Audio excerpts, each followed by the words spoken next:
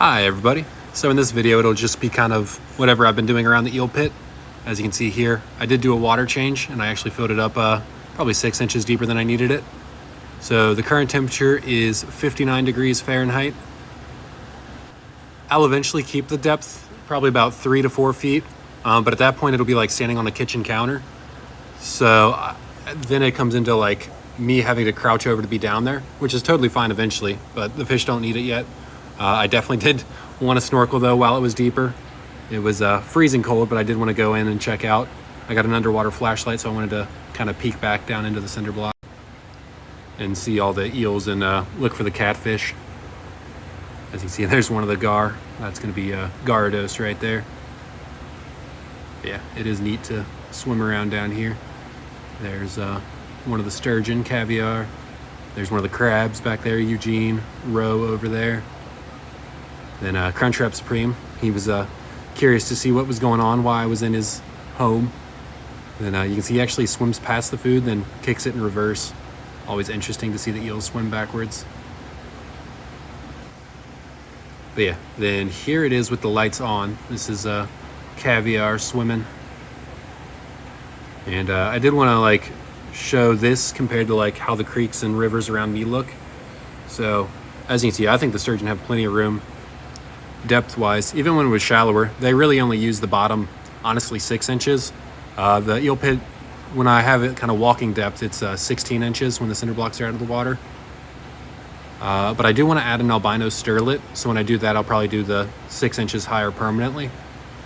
But probably this week I will lower the water back down and kind of rearrange some cinder blocks. You can see the koi and the goldfish in the back there. Those have all been down here forever. Then a little feeder goldfish that hasn't been picked off by the gar yet. Then I actually did manage to find one of the channel catfish. This is Vanessa, somebody named her. Doing good. Actually probably about double the size when I put them in at some point last year. And that was Garth Brooks's tail, the alligator gar. I'm thinking about rehoming him. I think I'd rather focus on Garlic and Garfield, my platinum and albino. But I do love the spotted gar, and they're doing great down here. Jason, Garchomp, Gardos, all lined up. They always kind of school together, so it's always interesting to see.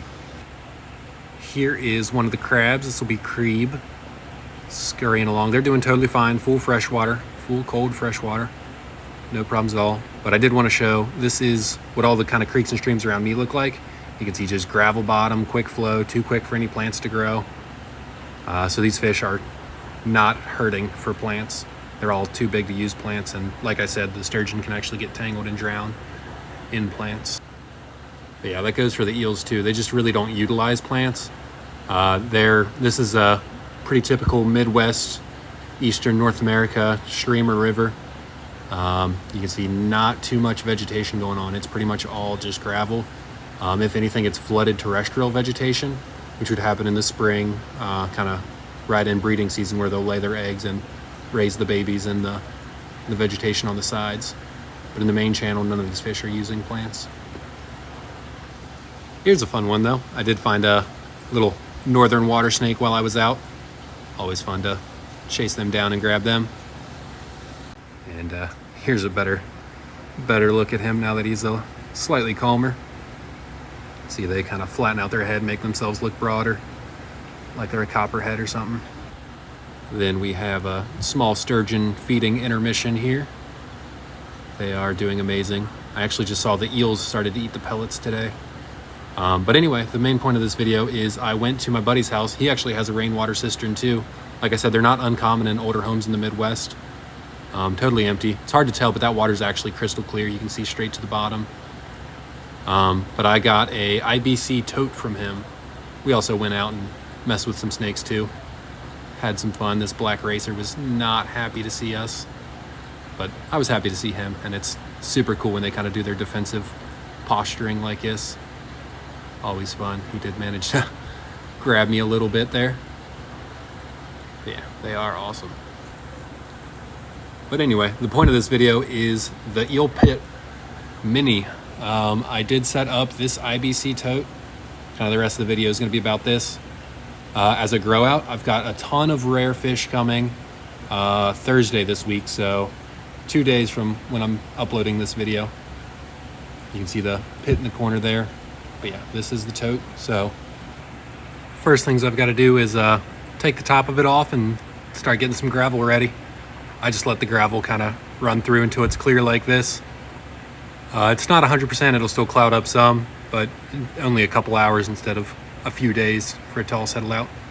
But yeah, then I did go ahead and cut the top off. You can see the water still looks a little muddy down there, but after a few hours with water in it, all that settles down underneath the gravel. And here it is a few hours later with water in it. Right now, I'm just gonna run sponge filters in it.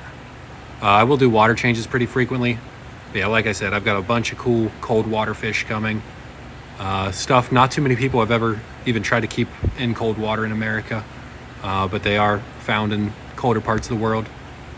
But as a first fish, I did just go to the local fish hatchery. They've always got cool natives like walleye, bass, kind of sterile grass carp for big ponds to eat the vegetation, minnows, shiners, all kinds of stuff. But I did actually see in their big catfish bin, they had an albino. So that's kind of what I came for. So I did go ahead and snag one little albino channel cat to grow out. It'll probably take him probably close to a year before he's ready to go in the pit. But I've got plenty of room. So fully filled up, these totes are about 275 gallons. I do have lots of fish coming. I think 5 different species that can all survive cold year-round temperatures. None of them are native to the US either. So it'll be pretty interesting to see some cold water exotics, not stuff people often keep. But I do want some more US natives too, especially as the pit hits like the full 4 foot deep. I will have plenty of room for all these fish. I was thinking like a small school of moon eye would be neat. Bowfin have always been on my list. I'd like to try burbot again if I can find a source for them. But this little tote system will be fully stocked with what I've got coming. That'll be next video. I'll introduce all those guys to this tote. You can see the little channel catfish doing totally fine. He's neat. I will add decorations too. I'll probably do driftwood and some bigger rocks for him to hide under. I did actually add 2 more tanks to it as well. These 15 gallons, just plumbed them in line like that, where they just overflow back down. This was a few days later. Channel cat's still doing good. He's been eating. I just feed him the sturgeon pellets. So yeah, it's turned out to be a nice little system. I'll do water changes pretty frequently, but the sponge filters are plenty. All the fish I'm getting will be, I think the biggest fish is gonna be 4 inches. And I'm hoping they grow quick. So this is pretty cool. I was down there feeding the sturgeon this morning, and obviously caviar and roe are excited to see me coming up. But we actually had, at first it was just one of the eels. They could smell the pellets in my hand. I was trying to get the sturgeon to hand feed off my kind of walking platform here.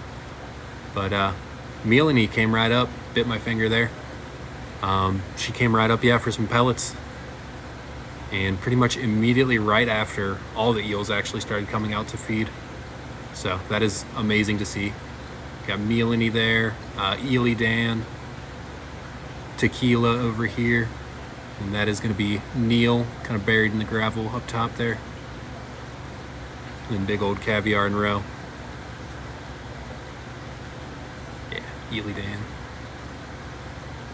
Yeah, it's awesome seeing them all feed, especially with the sturgeon. It's cool. I figured they would eventually start taking pellets. I don't think it'd be this soon though. But yeah, that's this week's video. Next week I'll hopefully show off all those cool fish, and I'll probably finish the Florida trip. Tons of cool stuff coming in that. Nurse sharks, stingrays, all kinds of good stuff. Yeah, thanks for watching.